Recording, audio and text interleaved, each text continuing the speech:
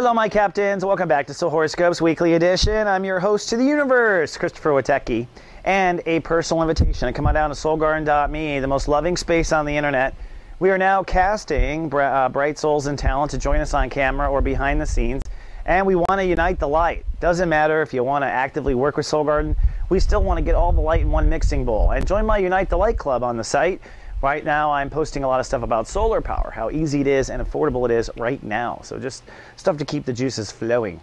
Now, we got a lot going. Juices flowing. Well, that's really well put, Witecki. Thanks. That's because we are working on emotion as planet Earth. The entire Earth is working on their emotional context this month.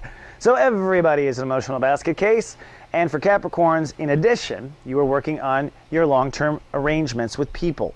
Long-term partnerships. These are marriages and partnerships. Frankly, the only time you ever see a Capricorn emotional is in an LTR. They will show only those they have united long-term with. And that might be part of this whole lesson, by the way, Capricorn. A lot of Capricorns stand alone on that mountain, but it is your choice to stand alone.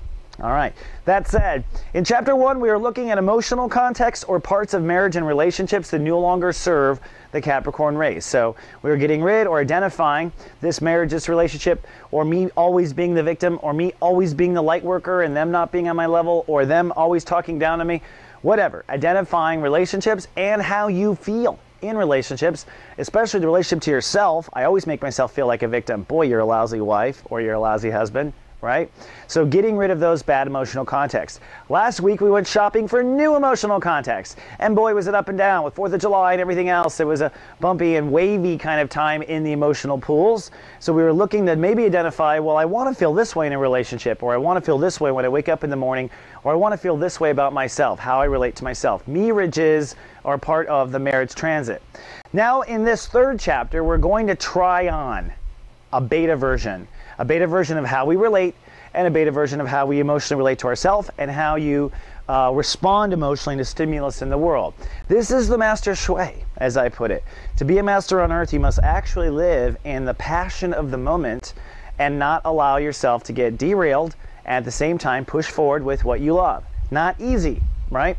So on Monday, it is time to act. Mars rules the day. We want to step in and take action. This might mean that you tell your partner you have a problem, you tell your wife you have an issue, you go ahead and file, or you step up and start doing what it takes to be in a partnership relationship, or you step up and start emotionally relating to yourself the way you want to, or you step up and start emotionally relating to others as you've calculated. But the key word or words, step up. On Monday, take action. Because Mars rules the day, you might have some aggression or anxiety if you don't take action. And adding to that anxiety is the moon crossing Uranus. So the moon is pulling your emotions to self-nurture anyways on this particular day. You don't really feel like getting out of bed. You don't really feel like doing anything. And the moon crossing Uranus makes you have to innovate your self-nurturing in order to just face the day. Or you face the day and then innovate, depending on whether or not you're in Europe, Asia, or the United States. We'll text you to give you the clarity. Nonetheless, innovating self-nurturing and then stepping forward with the new marriage or emotional response policy. On Tuesday, we hold space. We hold space and go, okay, we've done it. Let's just see if this is going to work. It is a day of really just holding who you are and acting to enforce your new relationship emotional policies. The moon is still at Aries, so you are technically nesting and resting. And as of today, we begin a multi-day transit where Mars will oppose Uranus in Aries. So the Mars-Uranus opposition is this. On the one hand, you must continually innovate with Uranus in order to feel better with nurturing yourself. On the other, Mars in Libra says, get your astro moving with your career and legacy. There's no more planning, there's no more plotting, there's no more considering. It is time to get your astro out there. So part of you must get out there, and then you'll feel better about yourself with Uranus, or maybe you need a nap and take good care of yourself so you can get your astro out there. But these two ping pong until further notice. Then on Wednesday, we step into the emotional boat, the slippery ice, if you will. And it is time to try out this new context. Now, we have a yod on this day with the moon in the late stages of Aries, so you're still nesting, resting. Neptune in Pisces, which means take what you intuitively think is correct, take how you know you have to nurture yourself, and do what? Get your astro moving with your career. So although it's a day of nesting and resting, I'll be texting those in GA to actually focus on acting and taking huge actions in their career, uniting the forces of self-nurturing and their attitude. That is what Wednesday calls for. On Thursday, it's a better day, Jupiter-ruled day, sunny and childlike for the Capricorns for two reasons. The moon moves into your inner child, so you are feeling your inner child, you are feeling love, you are feeling the potential of joy. This is what Jupiter worked so hard on last year to open up. So hopefully you're breathing deep in hope, joy, and vitality. Jupiter also says, hey, let's think outside the box. So when it comes to this new emotional dynamic, if you did step into the boat, if you are running your life by emotion first, which is kind of playing it by how it all feels, well then go ahead and feel new things on Thursday. Go ahead and feel out this new freedom if you gave notice with a relationship. Go ahead and feel out the new relationship if you just changed the rules in the relationship. Go ahead and feel out what it's like to just be there for you. But feel it out, see where it goes and flows on Thursday. And I want to point out that you'll be working out fears at this point between two areas of your life. On the one hand, career, second, relationship. So marriage, career, working out the tension between those two until further notice, starting on Thursday. Then comes Friday. Friday is actually Uranus rule day. That means breakdown. We might have some emotional breakdowns. What you tried floating with yesterday in your marriage might not have worked today.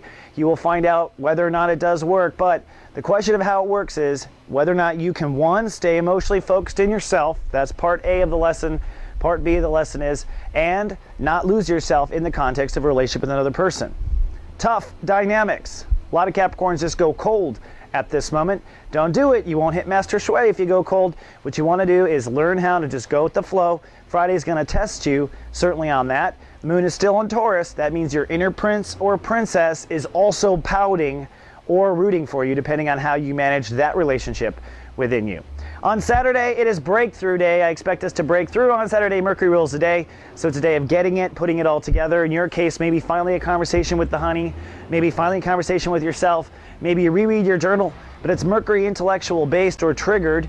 The moon is still in Taurus, but moves to Gemini. So you probably wake up with your inner child online in the beginning of the day, and then as the day moves on, it becomes more and more real, okay? Because emotions move into the body. So if you have not nurtured yourself, if you've not given to your inner child, if you've not done any of the soul work on this entire first half of the horoscope, you might feel pretty shitty by the end of Saturday. But I do think you're going to get it. You're going to understand what it takes to move forward. Then Sunday is Love Fest Day. We're going to love ourselves and tell everyone we love that we love them at Soul Garden. If you need a little extra love, come on down. I'll be sending out lots of loving with text for GA. And you need to love yourself. Why? Well, the moon in Gemini, that's why. The universe is really trying to get goats more comfortable in the moment, trying to expand what lifestyle can be. A lot of what holds you back in life is that you think life only offers so many things. Not true if you are studying here at Soul Garden to be a Master Shui. That said, today, Sunday, is a day of receiving. Let the world pay you back. Let yourself have a day off. Give yourself a foot bath. Receive self-love in the moment is what the universe is trying to pump into your consciousness. And if you're anywhere near soulgarden.me, we'll be reminding you. All right, my captain, that's all I have for your 7-day forecast. Have a great week. I'll see you in 7 more. Until then.